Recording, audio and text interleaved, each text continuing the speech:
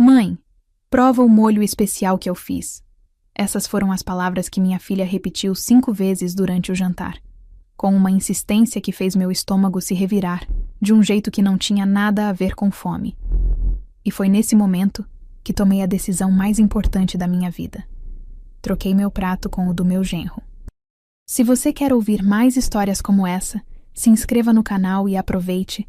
Já me conte de onde você está ouvindo essa história nos comentários.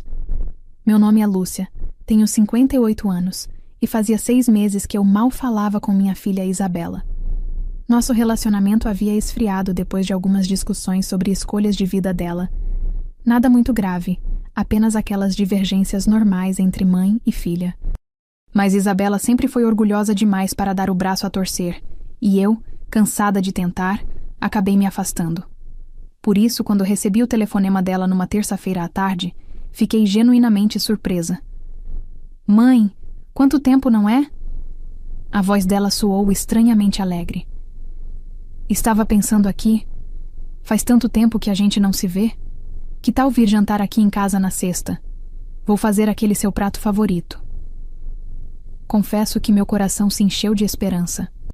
Talvez minha filha finalmente tivesse amadurecido. Talvez estivesse sentindo minha falta tanto quanto eu sentia a dela. Aceitei o convite sem pensar 2 vezes. A sexta-feira chegou e me arrumei com cuidado, escolhendo um vestido bonito, mas discreto. Comprei uma garrafa de vinho e um buquê de flores para levar. Dirigi até o apartamento dela num bairro elegante da cidade, onde morava com o marido Eduardo há 3 anos. Eduardo sempre foi um rapaz educado comigo. Trabalhava como gerente em uma empresa de tecnologia e parecia tratar minha filha bem. Quando abriu a porta, me cumprimentou com um abraço caloroso. Dona Lúcia, que prazer recebê-la. Isabela está terminando de preparar o jantar. Entre, fique à vontade. A mesa estava posta com capricho. Toalha branca, velas acesas, taças de cristal. Tudo parecia perfeito demais, quase teatral. Isabela saiu da cozinha usando um avental florido, com um sorriso largo que não chegava aos olhos. Mãe, você veio! Ela me abraçou, mas o abraço foi mecânico, sem calor. Senta aqui, deixa eu buscar a entrada. Durante a entrada, uma salada Caesar simples. A conversa fluiu de forma estranha. Isabela fazia perguntas sobre minha vida, mas não parecia realmente interessada nas respostas. Eduardo estava quieto, mexendo no celular ocasionalmente, parecendo desconfortável. Eduardo, guarda esse celular. Temos visita, Isabela disse com uma aspereza que me surpreendeu. Ele obedeceu imediatamente, e percebi uma dinâmica estranha entre os dois. Havia tensão no ar, algo que eu não conseguia identificar. Quando Isabela trouxe o prato principal, um filé ao molho madeira com batatas gratinadas, meu coração deveria ter ficado feliz. Era realmente meu prato favorito, algo que ela não fazia há anos. Mas havia algo errado. Mãe, você precisa provar o molho. Fiz especialmente para você, com uma receita nova que aprendi. Isabela serviu pessoalmente meu prato, colocando uma quantidade generosa do molho escuro sobre a carne. Obrigada, querida. Está com um cheiro maravilhoso. Mas quando fui pegar os talheres, ela interrompeu. Espera. Prova primeiro o molho. Me diz o que achou. Coloquei ingredientes especiais. Peguei o garfo, mas algo no jeito que ela me observava, com os olhos fixos, quase sem piscar, me deixou alerta. Era a mesma expressão que ela tinha quando criança, e mentia sobre ter feito a lição de casa. Isabela, deixa sua mãe comer em paz, Eduardo disse, soando irritado. Não, Eduardo, eu quero que ela prove logo. Gastei horas fazendo esse molho. A insistência era anormal. Nenhuma mãe que cozinhou a vida inteira precisava ser forçada 5 vezes a experimentar comida. E o nervosismo dela estava palpável. As mãos tremiam ligeiramente. Havia suor na testa apesar do ar-condicionado ligado. Vou pegar mais vinho na cozinha. Isabela se levantou de repente, pegando a garrafa meio cheia. Já volto. Foi nesse momento que meu instinto materno, aquele mesmo que me acordava no meio da noite quando ela era bebê, antes mesmo dela chorar, gritou que algo estava muito, muito errado. Sem pensar muito, Num movimento rápido e discreto, troquei meu prato com o de Eduardo. Ele estava distraído olhando o celular novamente e não percebeu. Os pratos eram idênticos. Mesma porção, mesma apresentação. A única diferença era a quantidade de molho. O meu tinha muito mais. Isabela voltou da cozinha com a garrafa de vinho. Seus olhos imediatamente se fixaram nos pratos. Por uma fração de segundo, vi algo em seu rosto. Foi medo. Pânico. Mas ela se recompôs rapidamente. Então, mãe, vai provar ou não? Claro, querida. Estava só esperando você voltar. Respondi, cortando um pedaço da carne que agora estava no prato de Eduardo. O molho tinha um cheiro forte, quase medicinal, mas tentei ignorar. Eduardo, sem desconfiar de nada, começou a comer do prato que era originalmente meu. Isabela observava cada garfada dele com uma expressão que eu nunca tinha visto em seu rosto. Era uma mistura de horror e resignação. O molho está diferente, comentei, sentindo um gosto amargo e estranho. Coloquei ervas especiais, Isabela respondeu, sua voz saindo trêmula. Continuamos o jantar em um silêncio cada vez mais pesado. Isabela mal tocou em sua comida. Eu comi pouco, ainda desconfiada. Eduardo, sempre com bom apetite, praticamente limpou o prato que deveria ser meu. E então, 30 minutos depois, o mundo desabou. Eduardo foi o primeiro a sentir. Estávamos ainda à mesa, Isabela oferecendo sobremesa, quando ele levou a mão à barriga com uma expressão confusa. Você está bem? Perguntei, notando que ele havia ficado pálido de repente. Eu... não sei. Meu estômago está meio estranho, ele respondeu, colocando o guardanapo na mesa. Acho que comi rápido demais. Mas em questão de segundos, a situação piorou drasticamente. Eduardo se curvou sobre a cadeira, gemendo de dor, as mãos apertando a barriga com força. Eduardo, o que está acontecendo? Isabela se levantou de um pulo, mas havia algo em sua voz. Não era exatamente surpresa. Era quase como se ela estivesse esperando por aquilo. Dói muito, ele conseguiu dizer entre dentes cerrados. O suor começou a escorrer pelo seu rosto. Suas mãos tremiam violentamente. Parece que estão enfiando facas no meu estômago. De repente, Eduardo se levantou cambaleando e correu para o banheiro. Escutamos o som terrível de vômitos violentos, um atrás do outro, como se seu corpo estivesse tentando expulsar algo desesperadamente. Eu me levantei para ajudar, mas Isabela me bloqueou o caminho. Deixa ele, mãe. Deve ter sido algo que ele comeu no almoço. Isabela, ele está muito mal. Isso não é normal. O som dos vômitos continuou por vários minutos. Quando finalmente Eduardo saiu do banheiro, ele estava irreconhecível. O rosto cor de cinza, os lábios começando a ficar roxos, o corpo todo tremendo. Ele se apoiou na parede para não cair. Isabela, chama ambulância. Ele conseguiu sussurrar antes de suas pernas cederem. Eduardo caiu no chão da sala, contorcendo-se de dor. Corri até ele e me ajoelhei ao seu lado. Sua pele estava gelada e úmida, os olhos revirados, espuma começando a se formar nos cantos da boca. Meu Deus! Isabela! Chama a ambulância agora! Gritei, tentando colocá-lo na posição lateral de segurança. Isabela estava parada no meio da sala, as mãos cobrindo a boca, os olhos arregalados de pânico. Mas não era o pânico normal de alguém vendo o marido passar mal, era o pânico de alguém que sabia exatamente o que estava acontecendo. Isabela, a ambulância! Gritei novamente. Ela finalmente reagiu, pegando o celular com as mãos tremendo tanto que quase derrubou o aparelho. Enquanto ela ligava, observei Eduardo piorar a cada segundo. Ele começou a ter convulsões, o corpo se debatendo no chão da sala. Alô? Preciso de uma ambulância urgente! Isabela gritou ao telefone, sua voz histérica. Meu marido está passando muito mal, ele está tendo convulsões. Por favor, venham rápido. Ela deu o endereço, respondeu às perguntas da operadora, mas eu não tirava os olhos dela. Algo estava completamente errado. Uma esposa realmente desesperada teria corrido para o lado do marido, tentado ajudar, mas Isabela se mantinha afastada, como se tivesse medo de se aproximar. A ambulância está a caminho, ela disse, ainda de pé no meio da sala, mantendo distância. Isabela, vem aqui me ajudar. Segura a cabeça dele para ele não se machucar. Eu não consigo, mãe. Eu não consigo ver ele assim. Eduardo vomitou novamente. Mas agora era diferente. Tinha sangue misturado. Meu coração disparou ao ver aquilo. O que quer que estivesse acontecendo com ele era gravíssimo. Eduardo, aguenta firme. A ajuda está vindo. Falei, segurando sua mão gelada. Olhei para Isabela novamente e vi lágrimas descendo pelo seu rosto, mas não eram lágrimas de desespero por ver o marido sofrendo. Eram lágrimas de culpa, medo. Eu não conseguia decifrar. Mas algo em meu peito começou a apertar com uma suspeita horrível. Os minutos até a chegada da ambulância pareceram horas. Eduardo entrava e saía de consciência. Seu corpo continuava se contorcendo de dor. Mais sangue saía de sua boca. Isabela permaneceu afastada o tempo todo, encostada na parede, soluçando e repetindo.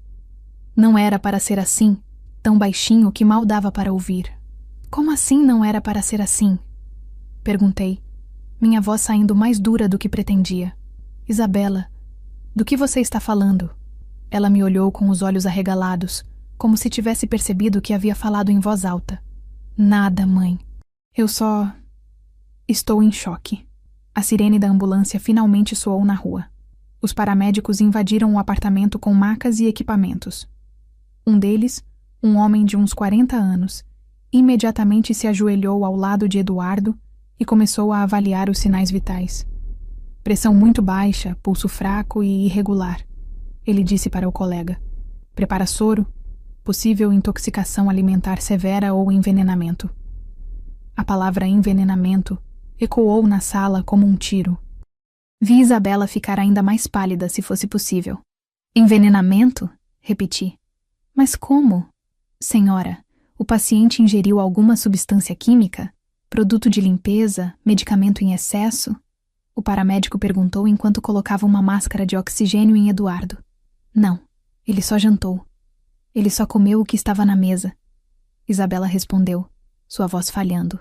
Os paramédicos colocaram Eduardo na maca rapidamente, conectando equipamentos, aplicando medicações.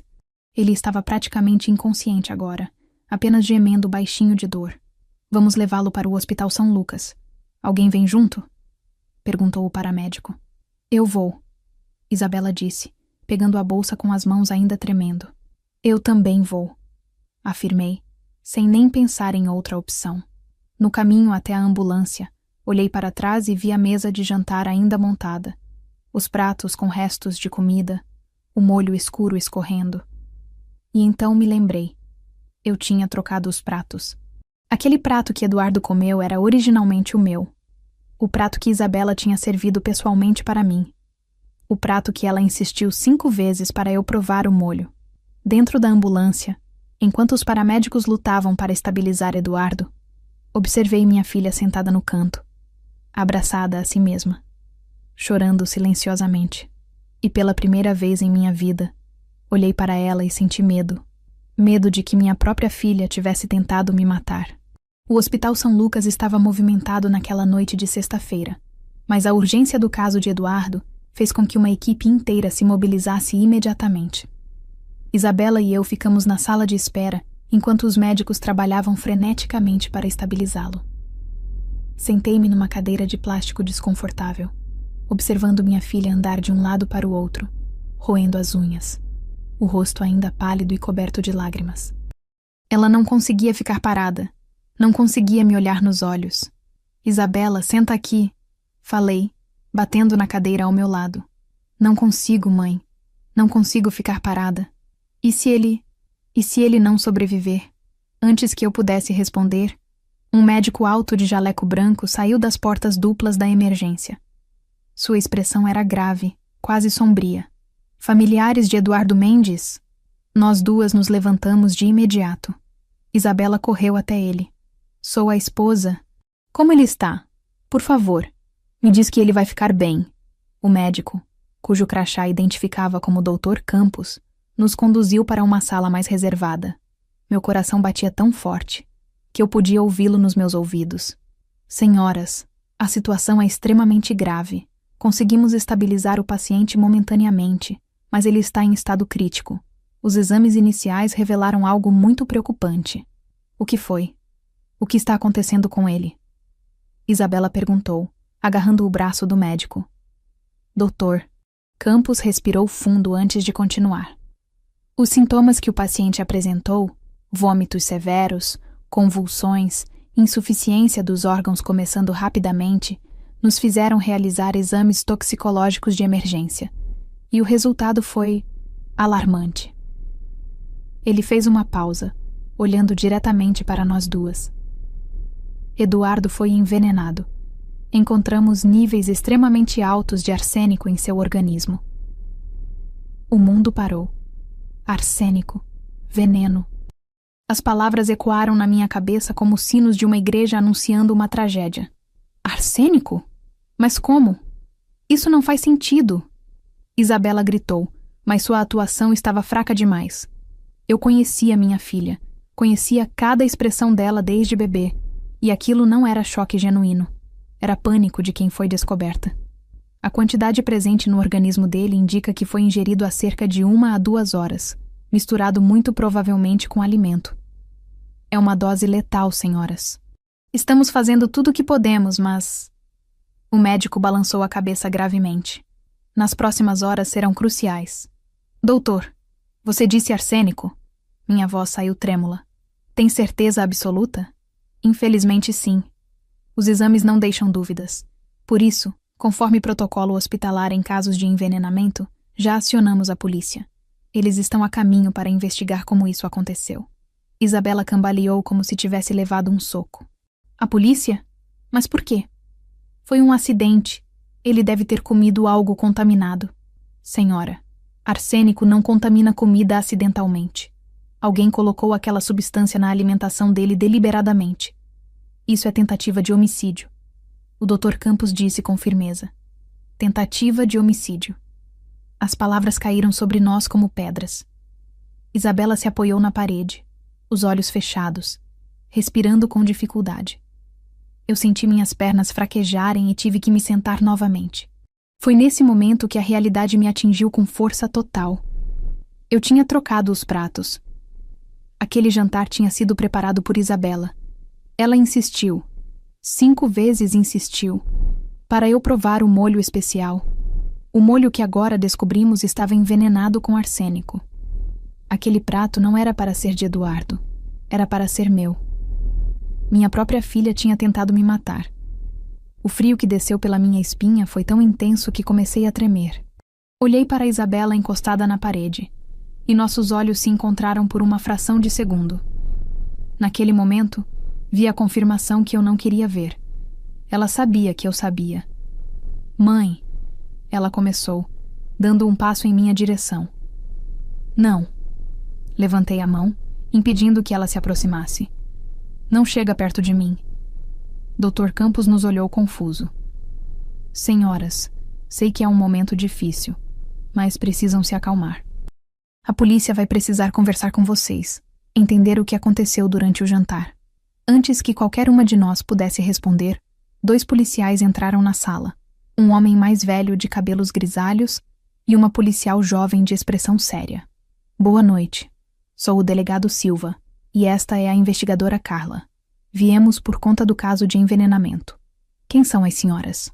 Eu sou Isabela, esposa da vítima. E esta é minha mãe, Lúcia. Isabela respondeu, sua voz saindo em um fio. Entendo. Dr. Campos nos informou sobre o arsênico.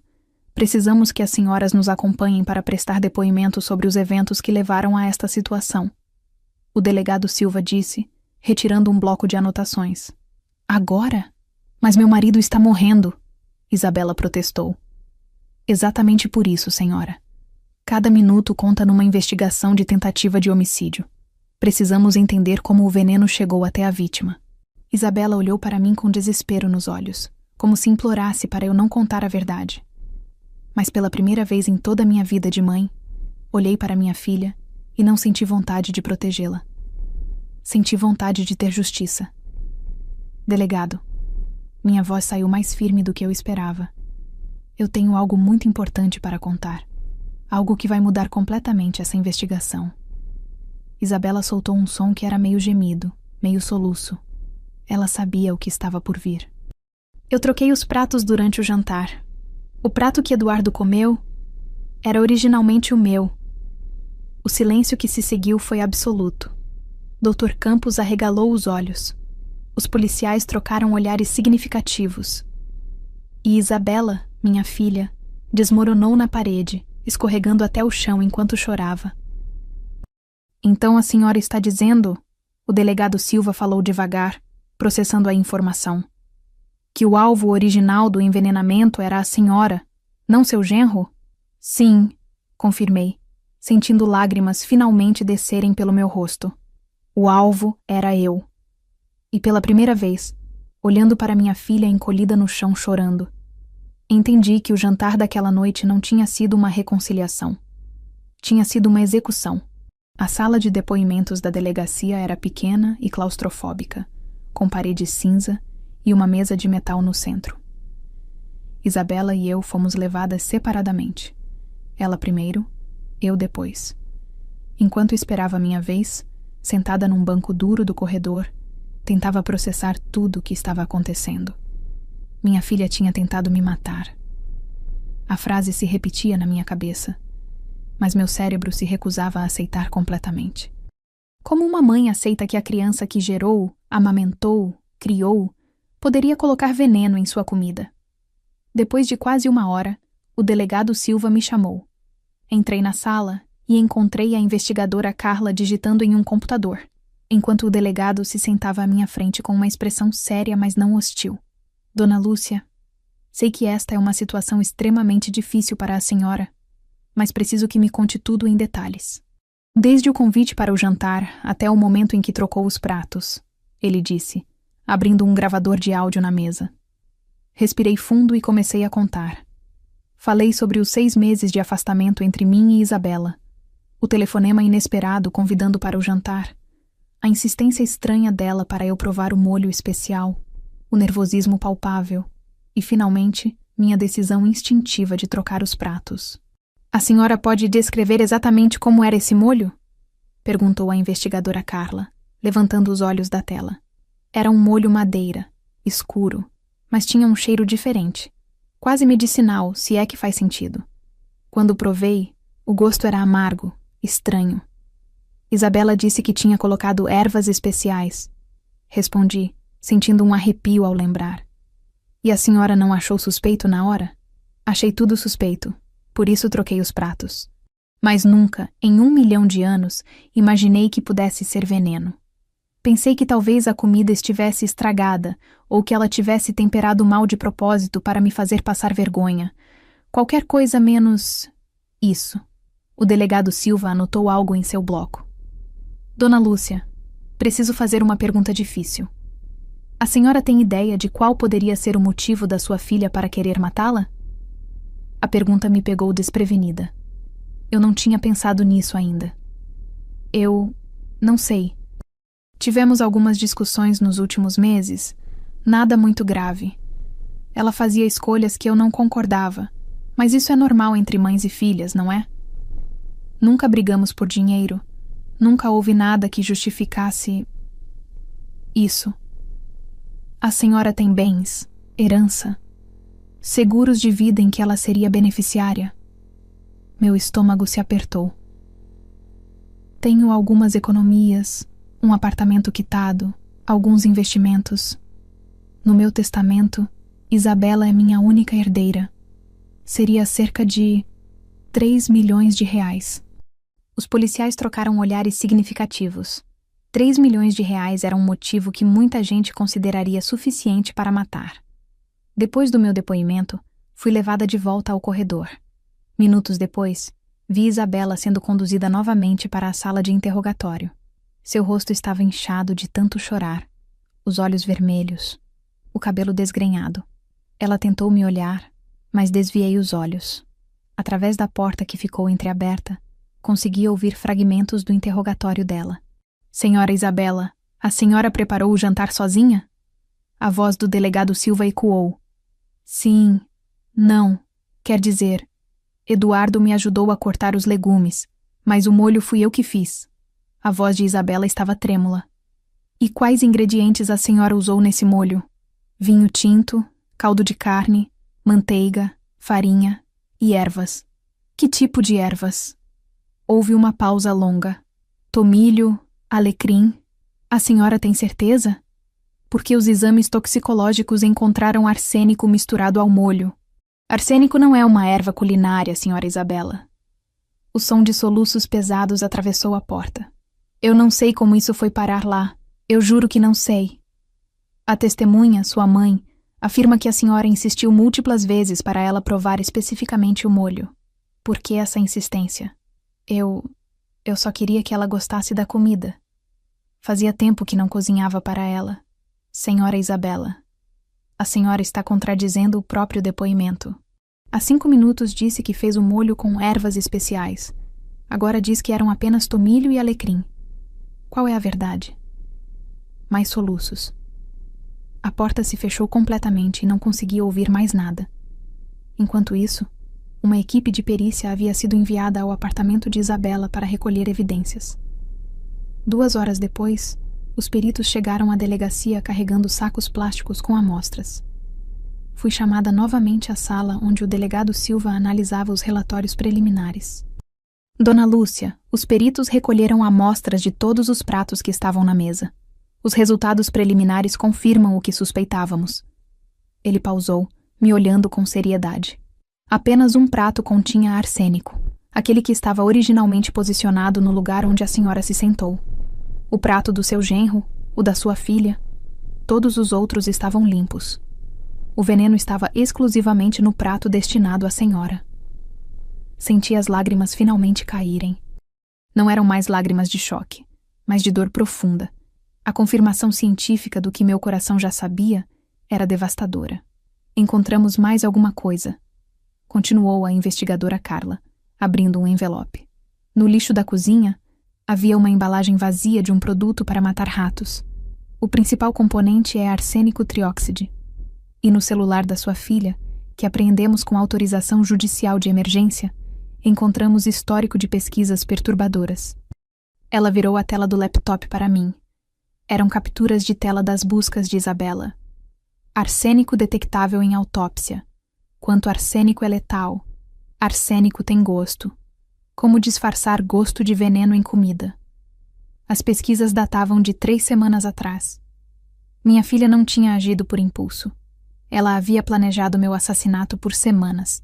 As investigações avançaram rapidamente nas horas seguintes. Enquanto Eduardo lutava pela vida na UTI do Hospital São Lucas, o delegado Silva e sua equipe mergulharam fundo na vida financeira de Isabela. O que descobriram foi ainda mais chocante do que o próprio envenenamento. Na manhã seguinte, fui chamada novamente à delegacia. Mal consegui dormir naquela noite, passando as horas num hotel próximo ao hospital, alternando entre visitar Eduardo inconsciente e tentar processar que minha única filha tinha tentado me assassinar. Dona Lúcia, descobrimos algumas coisas que a senhora precisa saber. O delegado Silva me recebeu com uma pasta grossa de documentos. Conseguimos autorização judicial para investigar a vida financeira da sua filha, e o quadro que encontramos é grave. Ele abriu a pasta e começou a mostrar extratos bancários, faturas de cartão de crédito, contratos. Meus olhos não conseguiam acreditar nos números que via. Isabela está endividada em quase R$500.000, ele disse, apontando para os documentos. Cartões de crédito no limite máximo, empréstimos bancários atrasados, cheques sem fundo. Mas o pior não são as dívidas com bancos. A investigadora Carla assumiu a explicação.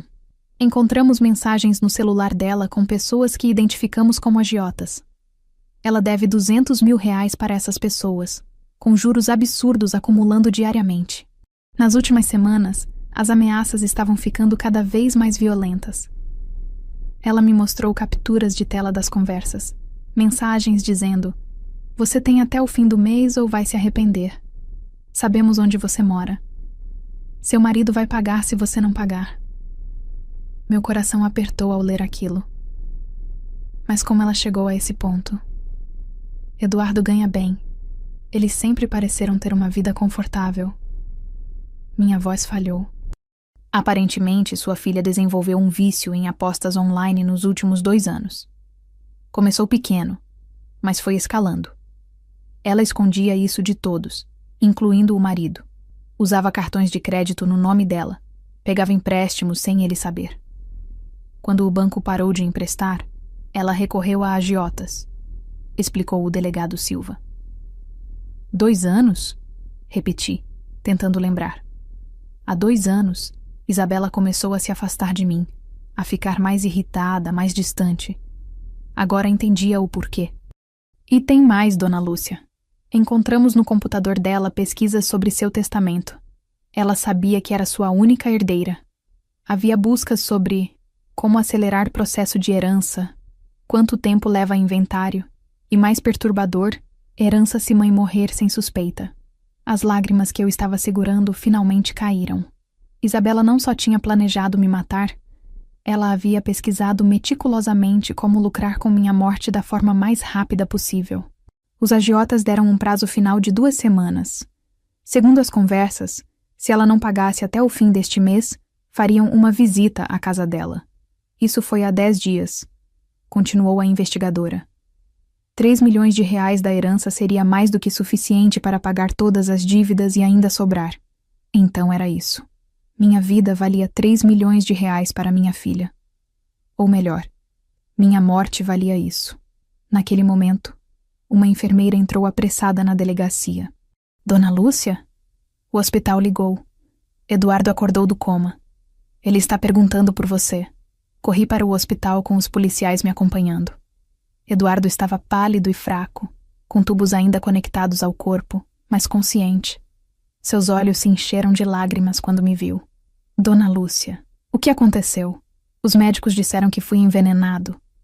Sua voz estava rouca, quase inaudível. Segurei sua mão, sentindo o peso de ter que contar para ele que sua esposa havia tentado matá-lo, mesmo que acidentalmente. Eduardo, tem muita coisa que você precisa saber. A polícia está aqui. Eles vão te explicar tudo. O delegado Silva se aproximou da cama.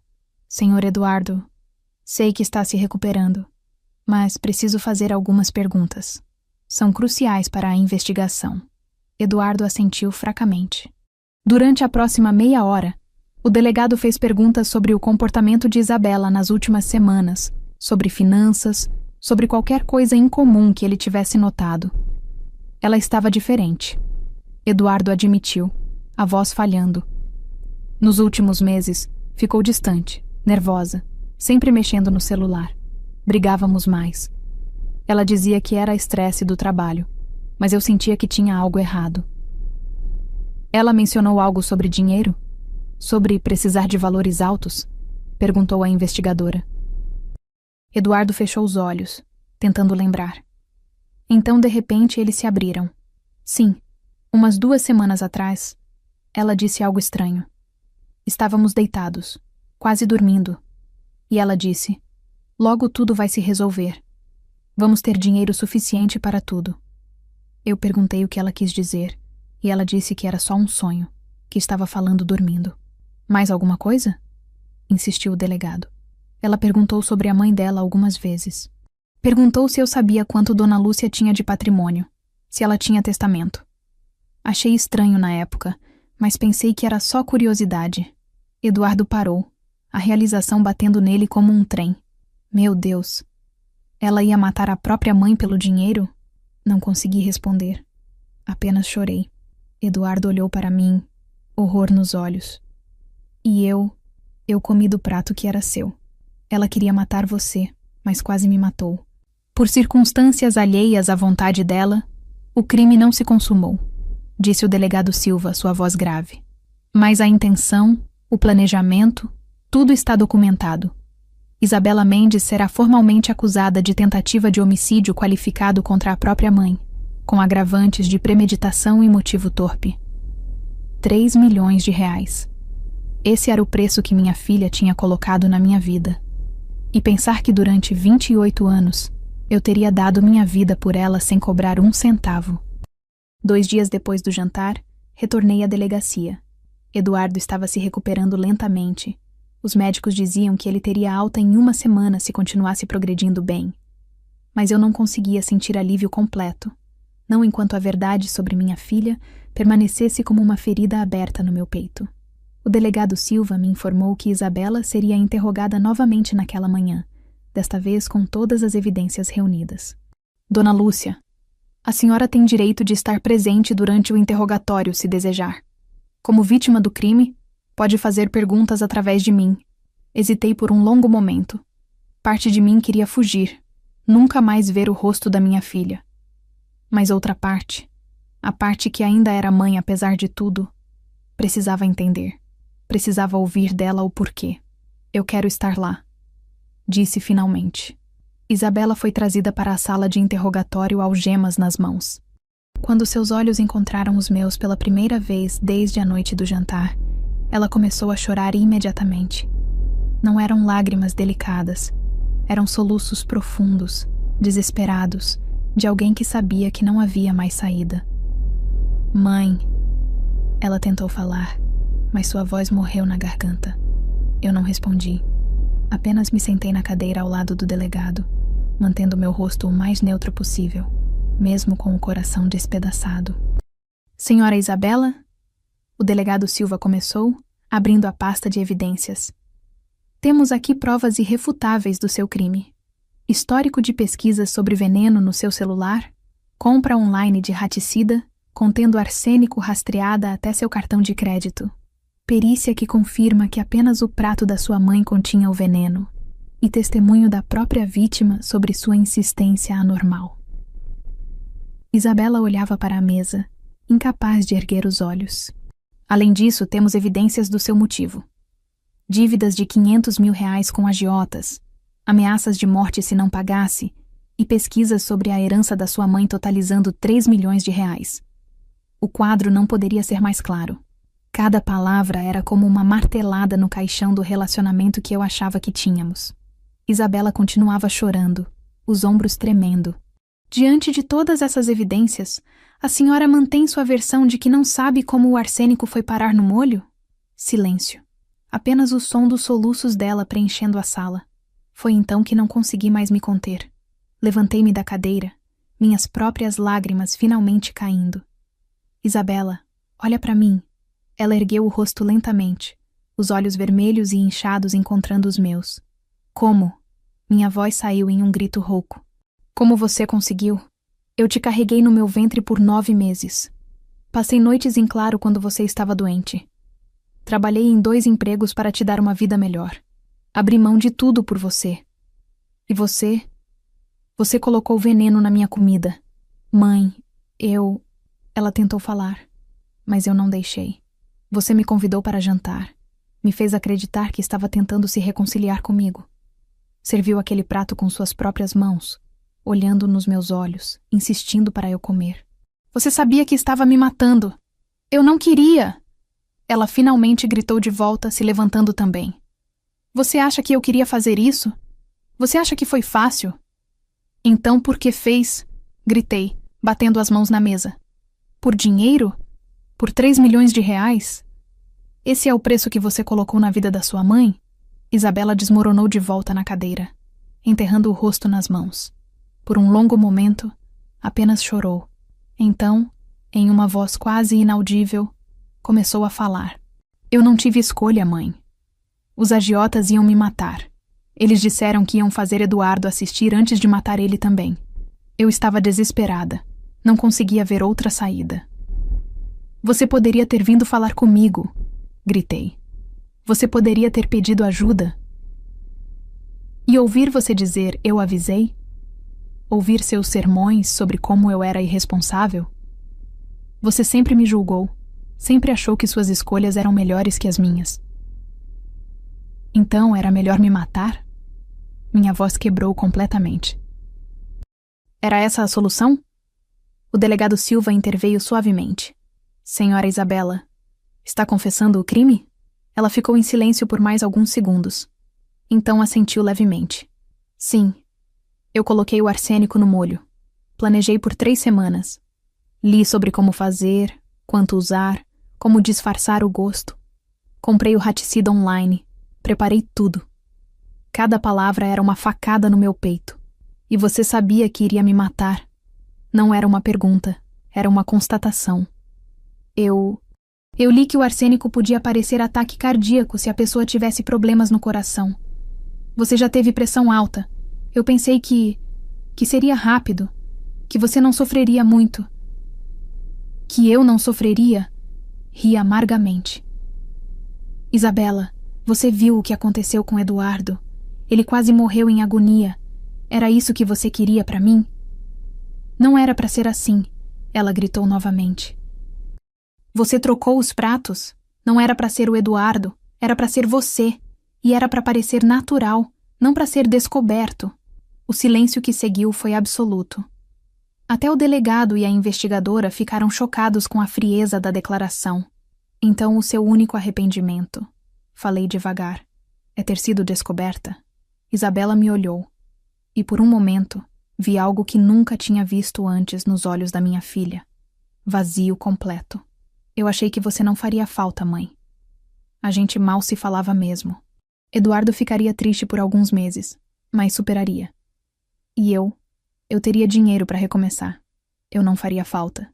Repeti, as palavras saindo como cinzas da minha boca. 58 anos de vida. E tudo que eu valho para você é: não faria falta. Sentei-me novamente, sentindo como se tivesse envelhecido décadas naqueles poucos minutos. Olhei para a jovem algema sentada à minha frente. Uma estranha com o rosto da minha filha. Isabela Mendes, o delegado Silva disse formalmente.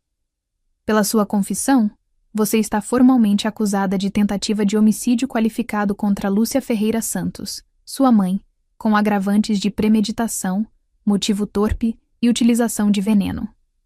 Você será encaminhada ao sistema prisional para aguardar julgamento. Isabela não reagiu. Apenas continuou chorando baixinho. Levantei-me para sair. Na porta, virei-me uma última vez. Eu teria te dado o dinheiro, Isabela. Se você tivesse vindo falar comigo, explicado a situação, eu teria te ajudado.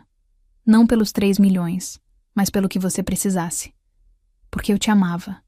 Eu sempre te amei. Mãe, ela soluçou. Mas agora... Minha voz saiu firme apesar das lágrimas. Eu não tenho mais uma filha. E saí daquela sala, deixando para trás não apenas Isabela, mas também 28 anos de maternidade que descobri terem sido baseados em uma ilusão. A prisão formal de Isabela aconteceu na manhã seguinte ao interrogatório.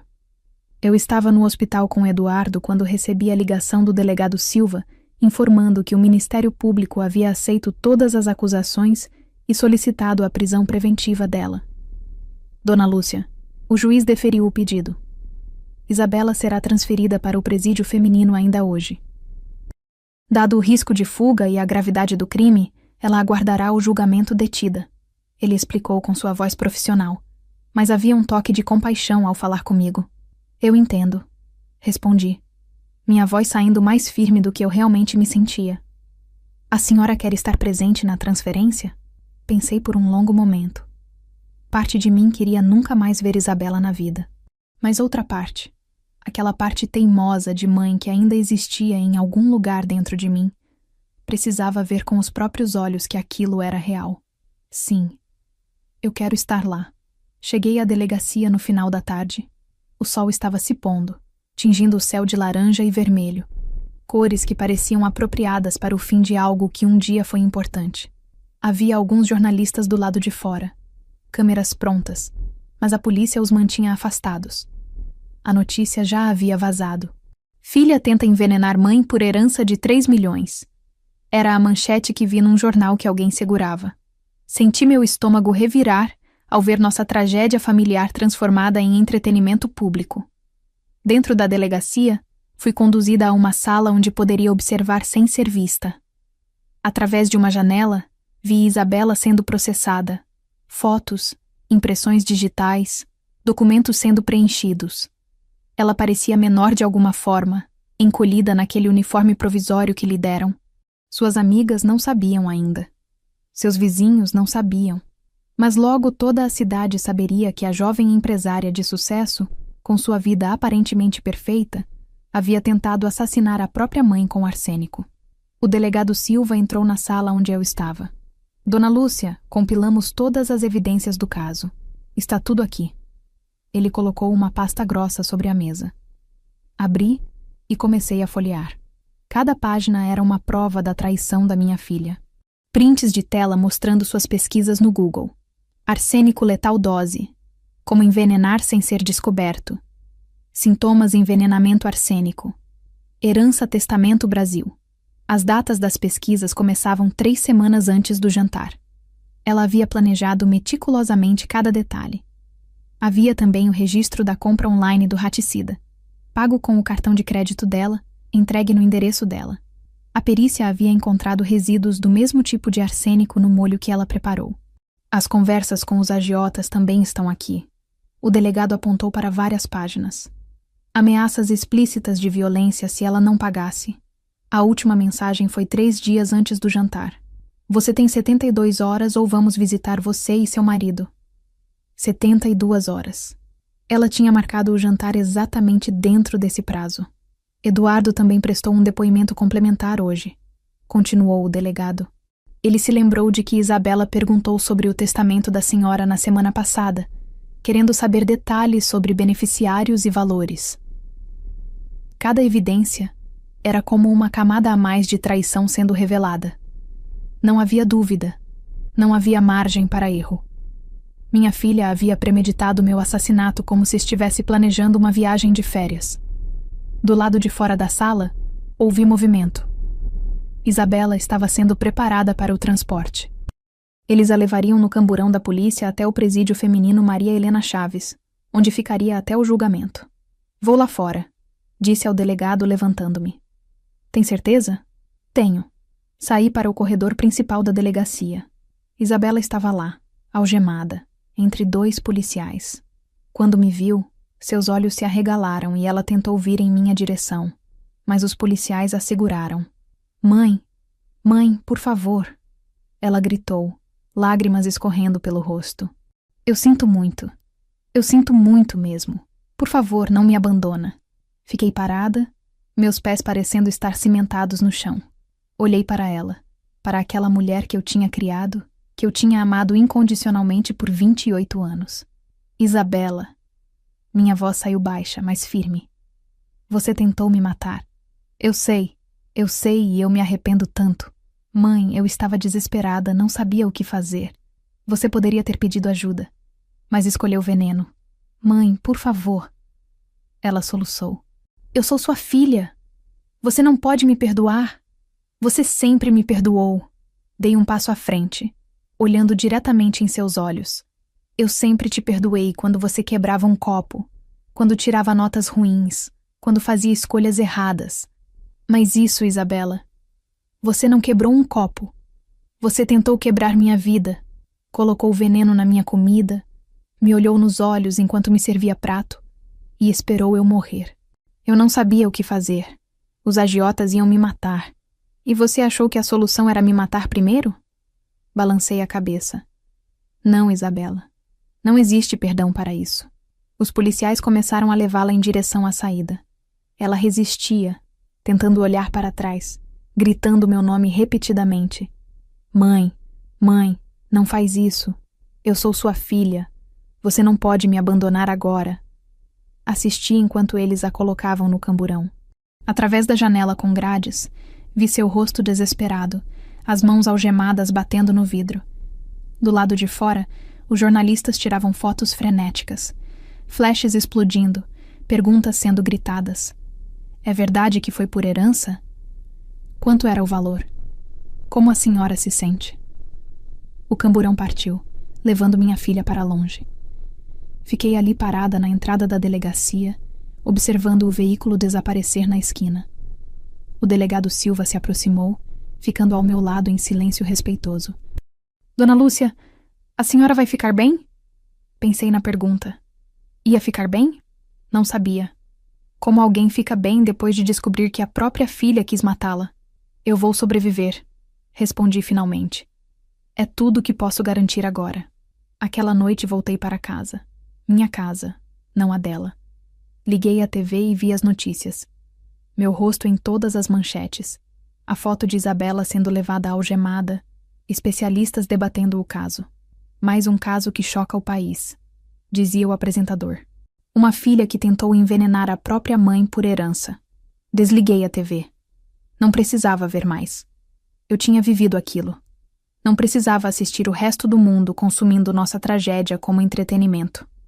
Naquela noite, chorei todas as lágrimas que ainda me restavam. Chorei pela filha que perdi, pela confiança que foi quebrada, pela família que nunca mais existiria, e pela primeira vez em 28 anos, adormeci sem me preocupar com Isabela, porque ela não era mais minha responsabilidade. Agora, era a responsabilidade da justiça. 2 semanas se passaram desde a prisão de Isabela. Eduardo havia recebido alta hospitalar depois de 10 dias de internação e tratamento intensivo. Os médicos disseram que ele teve sorte. Mais alguns minutos de atraso, e o arsênico teria causado danos irreversíveis aos seus órgãos. Fui visitá-lo no apartamento que antes dividia com minha filha. Ele havia insistido para conversarmos pessoalmente. Disse que tinha coisas importantes para me contar. Quando abri a porta usando a chave que ele me enviou, encontrei um homem visivelmente diferente daquele genro sorridente que conheci anos atrás. Eduardo havia emagrecido pelo menos 10 quilos. Seu rosto estava pálido, com olheiras profundas, e havia uma tristeza em seus olhos que me partiu o coração. Ele estava sentado no sofá da sala, cercado por caixas de papelão. Dona Lúcia. Ele se levantou com dificuldade para me cumprimentar. Obrigado por vir. Eduardo, como você está se sentindo? Perguntei, abraçando-o com cuidado, temendo machucá-lo. Fisicamente melhorando, emocionalmente. Ele balançou a cabeça, incapaz de completar a frase. Senta, por favor. Preciso conversar com você sobre muita coisa. Sentei-me ao lado dele enquanto Eduardo respirava fundo, organizando os pensamentos. Suas mãos tremiam ligeiramente. Os médicos disseram que os tremores eram sequelas temporárias do envenenamento. Eu não sabia de nada, Dona Lúcia. Preciso que você acredite nisso. Ele começou, sua voz embargada. Se eu soubesse que Isabela estava planejando fazer aquilo com você, eu teria a impedido de qualquer jeito. Eu nunca... Eu sei, Eduardo. Eu sei que você não tinha nada a ver com isso. Respondi, colocando minha mão sobre a dele. Você também foi vítima dela. Mas eu deveria ter percebido os sinais. Ele continuou, lágrimas começando a descer. Nos últimos 6 meses, ela mudou completamente. Ficou distante, fria, sempre nervosa. Passava horas trancada no quarto mexendo no celular. Quando eu perguntava o que estava acontecendo, ela explodia ou me ignorava.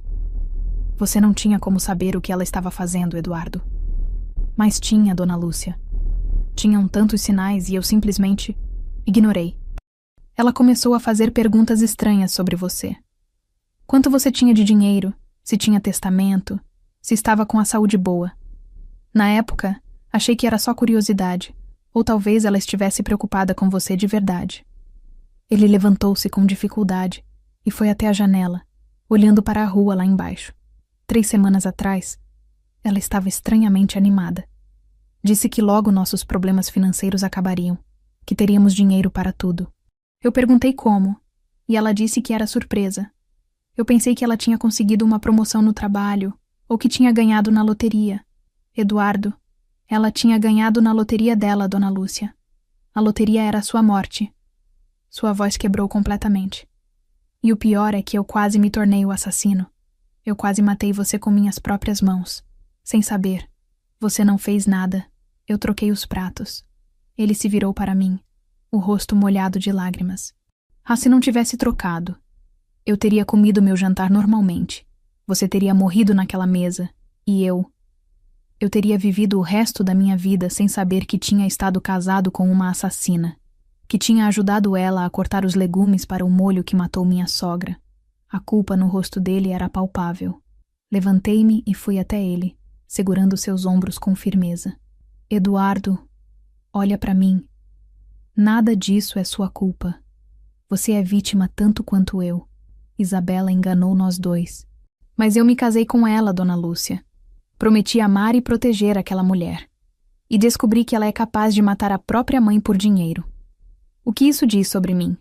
Como eu não vi quem ela realmente era? Porque ela não era assim quando vocês se casaram. Respondi. As dívidas, o desespero, a ganância, isso a transformou em alguém que nem eu, que a criei, reconheço mais. Eduardo voltou para o sofá, enterrando o rosto nas mãos. Eu a amava, sabe? Mesmo com todos os problemas dos últimos meses, eu ainda a amava. Quando ela foi presa, meu primeiro instinto foi querer ajudá-la, contratar o melhor advogado, fazer o que fosse necessário. E agora? Agora eu não sinto mais nada. É como se aquela mulher que eu amava tivesse morrido, e no lugar dela só restasse uma estranha com o rosto dela. Ele olhou para as caixas ao redor. Estou embalando as coisas dela. Vou mandar tudo para um depósito. Já falei com um advogado. Vou entrar com pedido de divórcio ainda esta semana. Eduardo, se você precisa de tempo para pensar, não preciso de tempo, Dona Lúcia. Ela tentou matar você. A mulher que me criou quando meus pais faleceram, que me tratou como filho desde que começamos a namorar. E por quê? Por dinheiro. Não existe volta depois disso.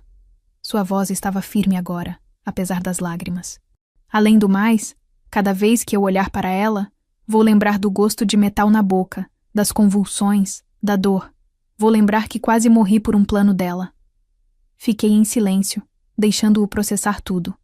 Depois de alguns minutos, Eduardo continuou. Sabe o que mais me machuca? É que no hospital, quando acordei do coma, meu primeiro pensamento foi: onde está minha esposa? Eu queria que ela estivesse lá, segurando minha mão. Mas ela não estava. Ela estava sendo presa por tentar matar minha sogra. Minha família. Você ainda tem família, Eduardo, disse suavemente. Você ainda me tem. Ele me olhou com surpresa. Depois de tudo isso? Depois de eu ter sido casado com a mulher que tentou matá-la? Você não escolheu se casar com uma assassina. Você escolheu se casar com a mulher que você achava que ela era. E você tem sido nada além de gentil e respeitoso comigo todos esses anos. Isso não muda porque Isabela revelou ser um monstro. Eduardo me abraçou, chorando no meu ombro como uma criança. E naquele momento, senti que apesar de ter perdido uma filha, talvez tivesse ganho um filho de verdade. Obrigado, Dona Lúcia. Obrigado por não me odiar. Eduardo, eu nunca poderia te odiar. Você também é vítima dela. Nós dois fomos traídos pela mesma pessoa. Passamos a tarde conversando, relembrando momentos em que Isabela demonstrou sinais de mudança que ambos ignoramos. Era doloroso, mas necessário, como espremer veneno de uma ferida antes que ela infeccione completamente. Quando saí do apartamento já era noite. Eduardo estava visivelmente mais leve, como se dividir aquela dor com alguém tivesse aliviado parte do peso. Na porta, ele me disse: Dona Lúcia, quando isso tudo passar, quando o julgamento acabar e eu conseguir seguir em frente, a senhora ainda vai fazer parte da minha vida? Sempre, Eduardo. Sempre. 6 meses se passaram desde a noite do jantar. 6 meses de pesadelos, terapia, tentativas de reconstruir uma vida que havia sido despedaçada. E, finalmente, o dia do julgamento chegou. O tribunal do júri estava lotado. Jornalistas ocupavam metade das cadeiras, câmeras apontadas para todos os lados. O caso havia ganhado notoriedade nacional. A filha do veneno, como a mídia havia apelidado Isabela, era assunto em todos os programas de televisão. Cheguei ao tribunal acompanhada de Eduardo, que fez questão de estar ao meu lado. Ele se recuperara completamente do envenenamento, mas as cicatrizes emocionais permaneciam. O divórcio havia sido finalizado há 2 meses. Isabela assinou os papéis da prisão sem resistência. Dona Lúcia, vai ficar tudo bem. A justiça será feita. Eduardo segurou minha mão enquanto entrávamos no tribunal. Quando me sentei no banco reservado às vítimas, procurei não olhar para o lado onde Isabela estava sentada entre seus advogados. Mas a curiosidade foi mais forte. Virei o rosto e a vi pela primeira vez desde aquele dia na delegacia. Ela estava irreconhecível. O cabelo que antes era bem cuidado agora estava preso num rabo de cavalo simples. Seu rosto estava mais fino, marcado pela prisão. Usava um terno discreto que seus advogados provavelmente forneceram para causar boa impressão ao júri. Quando nossos olhos se encontraram, ela rapidamente desviou o olhar. O juiz entrou e a sessão começou. O promotor, Dr. Fernando Campos, um homem de meia idade com reputação de ser implacável em casos de crimes familiares, fez sua abertura. Senhores jurados, o caso que temos aqui hoje é de uma crueldade que desafia a compreensão humana. Uma filha que premeditou, planejou e executou uma tentativa de assassinato contra a própria mãe. Não foi um crime passional. Não foi um momento de raiva. Foi calculado, frio e motivado pela ganância mais vil: dinheiro.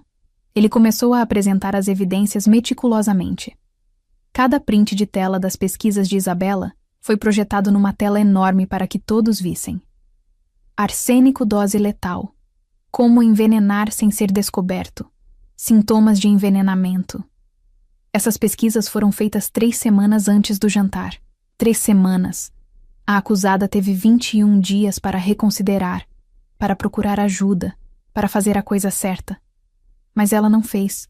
Ela comprou o veneno, planejou o jantar, preparou o molho envenenado e serviu com as próprias mãos para sua mãe. Depois foi a vez da defesa. Dr. Marcelo Ribeiro, um advogado jovem mais experiente, tentou construir um argumento de atenuantes. Senhores jurados, não estou aqui para dizer que minha cliente é inocente. Ela cometeu um erro gravíssimo, um crime hediondo. Mas preciso que entendam o contexto. Isabela estava sofrendo de transtorno psicológico grave causado por dívidas com agiotas que ameaçavam matar ela e seu marido. Ela entrou em pânico, em desespero total. Ele apresentou laudos psicológicos feitos na prisão que diagnosticavam Isabela com depressão severa e transtorno de ansiedade generalizada. Minha cliente não estava em seu juízo perfeito. Foi um momento de loucura temporária causado por pressão externa extrema. Ela precisa de tratamento, não de uma sentença draconiana.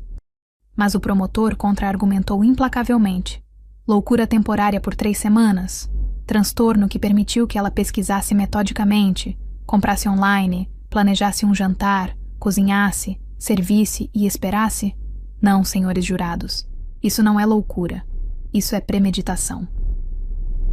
Então chegou minha vez de testemunhar. Quando meu nome foi chamado, senti minhas pernas tremerem. Eduardo me deu um aperto encorajador na mão antes de eu me levantar. Caminhei até o banco das testemunhas, fiz o juramento e me sentei. Pela primeira vez, fiquei de frente para Isabela. Ela estava chorando silenciosamente, os olhos baixos. O promotor se aproximou gentilmente.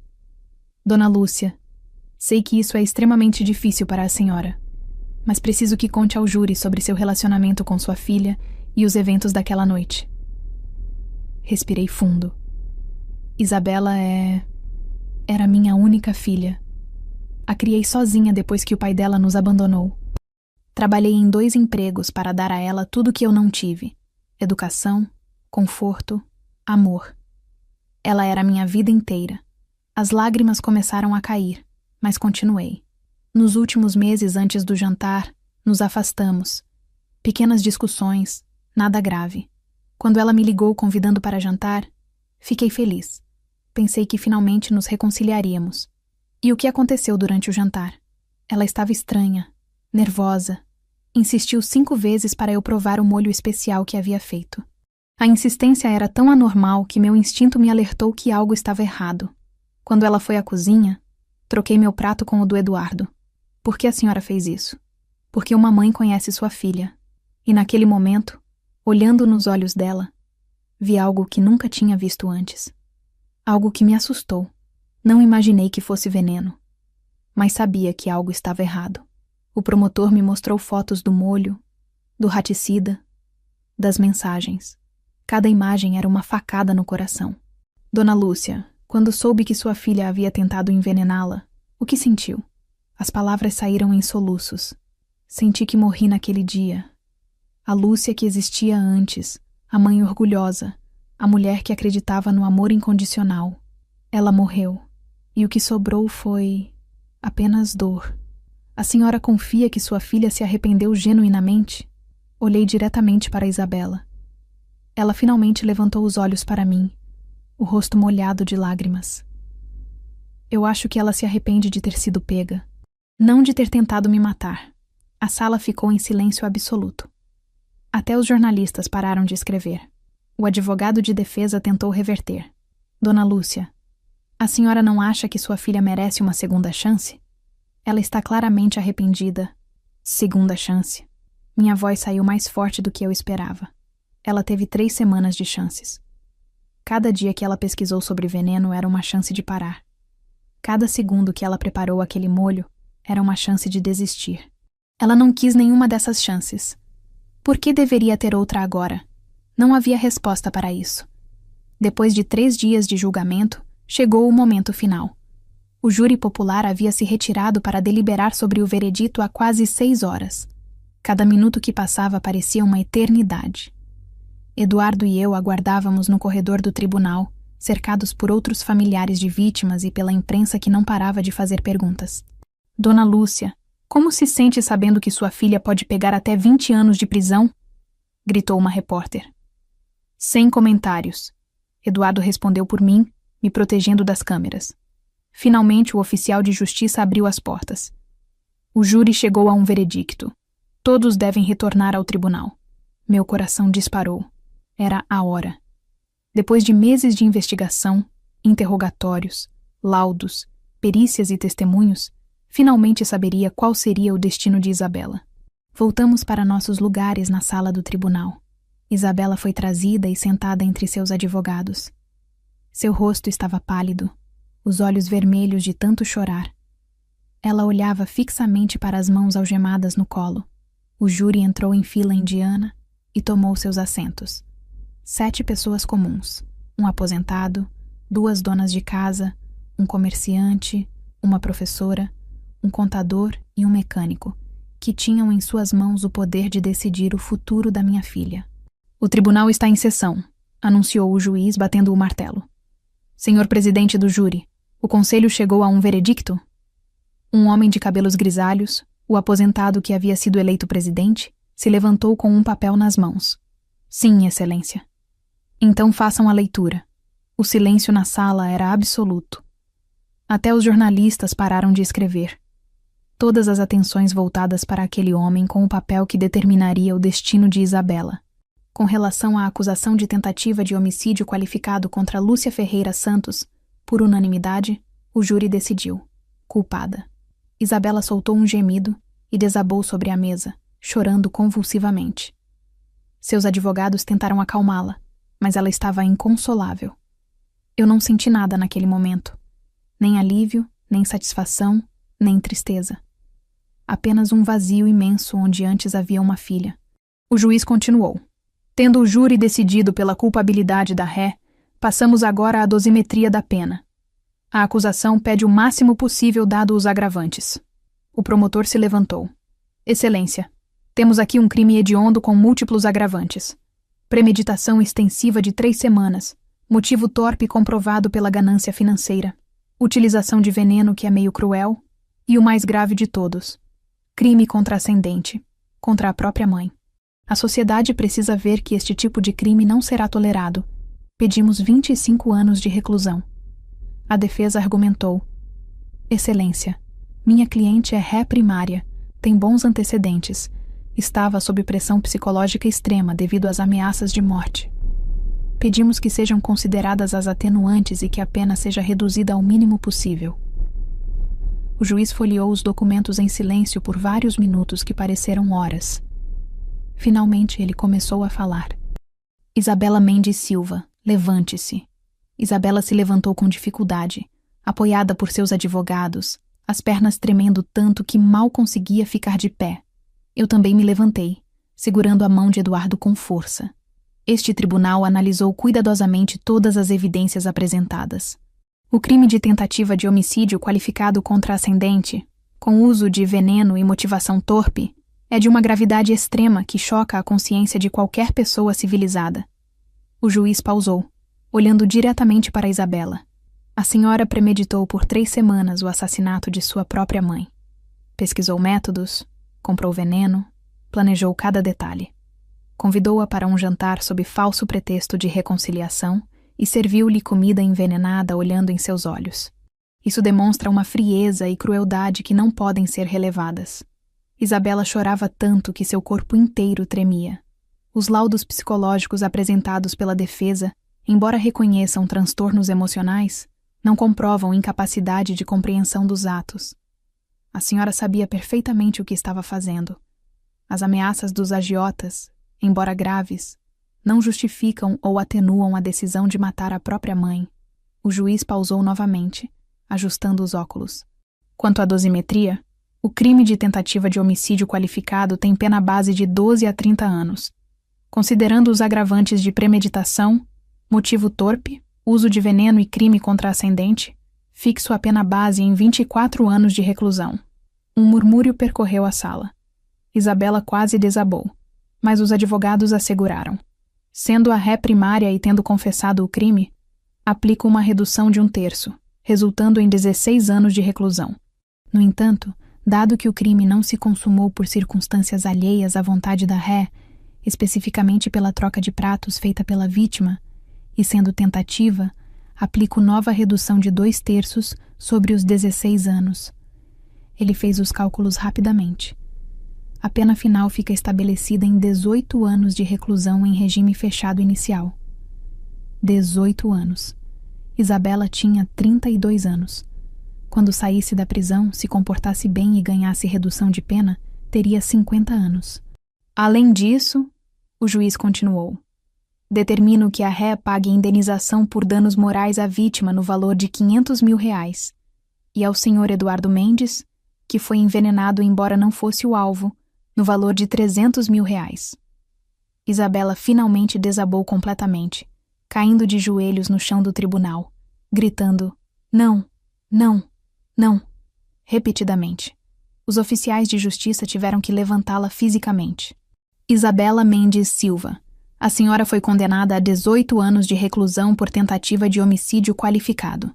Será encaminhada imediatamente ao presídio para início do cumprimento da pena. Tem direito a recurso no prazo legal. Está encerrada esta sessão. A batida do martelo ecoou pela sala como um tiro final. Eduardo me abraçou enquanto eu finalmente desmoronava. Não eram lágrimas de alegria pela condenação. Eram lágrimas de luto. Luto pela filha que eu perdi, pela família que nunca mais existiria, pelo amor de mãe que foi traído da pior forma possível. Isabela foi levada pelos oficiais, ainda gritando, ainda chorando. Na porta do tribunal, ela se virou uma última vez. Mãe, me perdoa. Por favor." Mas eu não respondi. Apenas observei enquanto levavam embora a mulher que um dia foi minha filha. 18 anos. Ela tiraria 18 anos por tentar me matar por R$3 milhões. Justiça foi feita. Mas meu coração continuava despedaçado mesmo assim. 1 ano se passou desde o julgamento. O tempo não cura todas as feridas, mas ensina a conviver com as cicatrizes. Isabela teve sua apelação negada pelo Tribunal de Justiça. As provas eram irrefutáveis demais para qualquer reversão. 18 anos em regime fechado, com possibilidade de progressão após cumprir 2/3 da pena, se demonstrasse bom comportamento. Eu decidi não apelar da indenização que recebi. O dinheiro, quase R$1 milhão no total, somando danos morais meus e de Eduardo, queimava em minhas mãos como se ainda tivesse o gosto metálico do arsênico. Mas em vez de guardá-lo ou gastá-lo em luxos vazios, transformei-o em propósito. Comprei um terreno numa área tranquila da cidade e comecei a construir o Instituto Esperança Viva, um centro de apoio a vítimas de violência familiar, especialmente aquelas traídas por laços de sangue que deveriam proteger. O Instituto oferece terapia gratuita, apoio jurídico, abrigo temporário e programas de reinserção profissional. A abertura foi simples, mas emocionante. Eduardo esteve ao meu lado, agora como diretor administrativo do projeto. Ele havia se recuperado completamente fisicamente e encontrado na causa um novo sentido para sua vida. Dona Lúcia, isso é maior que nós dois, ele disse no dia da inauguração, cortando a fita simbólica comigo. Cerca de 20 mulheres compareceram à primeira sessão de grupo. Histórias parecidas com a minha. Filhos que roubavam, filhas que manipulavam, netos que agrediam. Sentadas em círculo, compartilhando dores que ninguém mais entendia. Eu pensava que era a única mãe capaz de amar um monstro. disse uma senhora de 70 anos. Até ouvir sua história na TV. O instituto cresceu rápido. Doações começaram a chegar, voluntários se ofereceram, parcerias com psicólogos e advogados se formaram. Usei parte da minha fortuna pessoal, aquela mesma que quase custou minha vida, para sustentá-lo. 3 milhões de reais agora serviam para salvar vidas, não para tirá-las. Eduardo e eu nos aproximamos ainda mais nesse período. Ele se mudou para um apartamento perto da minha casa e nos vemos quase diariamente. Jantares simples, conversas longas sobre o futuro. Você é como um filho para mim agora, eu disse uma noite, enquanto lavávamos a louça juntos. Ele sorriu pela primeira vez em meses, sem tristeza nos olhos. E você é a mãe que eu sempre quis ter de verdade. Ele começou a namorar novamente. Uma mulher gentil chamada Mariana, que conheceu voluntariando no instituto. Eu a aprovo completamente. Ela o faz rir. O faz se sentir leve. Obrigado por me dar uma segunda chance na família. Ele me disse no Natal, quando nos reunimos pela primeira vez sem Isabela. Mas uma decisão ainda me pesava. Durante meses, debati internamente se deveria visitar Isabela na prisão. O instinto materno gritava sim, mas a mulher traída gritava não.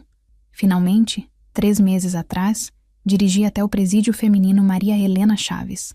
A sala de visitas era fria, dividida por vidro e telefone. Isabela apareceu do outro lado, mais magra, com olheiras profundas, mas ainda com aquele rosto que eu conhecia tão bem. Mãe. Sua voz tremeu pelo telefone.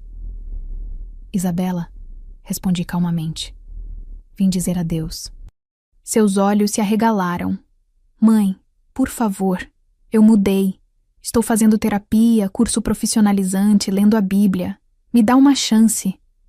Olhei para ela através do vidro, procurando vestígios da filha que criei. Você teve chances, Isabela. 3 semanas delas antes de colocar veneno na minha comida.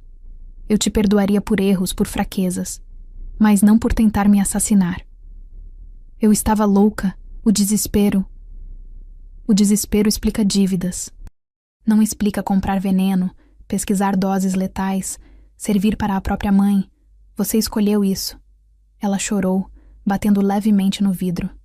E agora? Você vai me abandonar para sempre? Perdoar é uma coisa, esquecer é outra. Eu te perdoo pelo seu bem, para não carregar ódio. Mas não posso mais ser sua mãe. Não depois daquilo. Desliguei o telefone e me levantei. Ela gritou meu nome uma última vez, mas não olhei para trás. Dirigi para casa com lágrimas nos olhos, mas também com uma leveza nova no peito. O ciclo estava fechado. Hoje, o Instituto Esperança Viva atende mais de 100 famílias por mês. Eduardo e Mariana estão noivos. Eu acordo todos os dias com propósito, ajudando mulheres que, como eu, descobriram que o amor familiar tem limites. Aprendi da pior forma possível que o amor de mãe é poderoso, mas não infinito. Ele resiste a erros, a decepções, a distâncias. Mas não resiste a veneno. E agora, livre dessa corrente que me prendia ao passado, finalmente posso viver. Não pela Isabela que traiu, mas pela Lúcia que sobreviveu.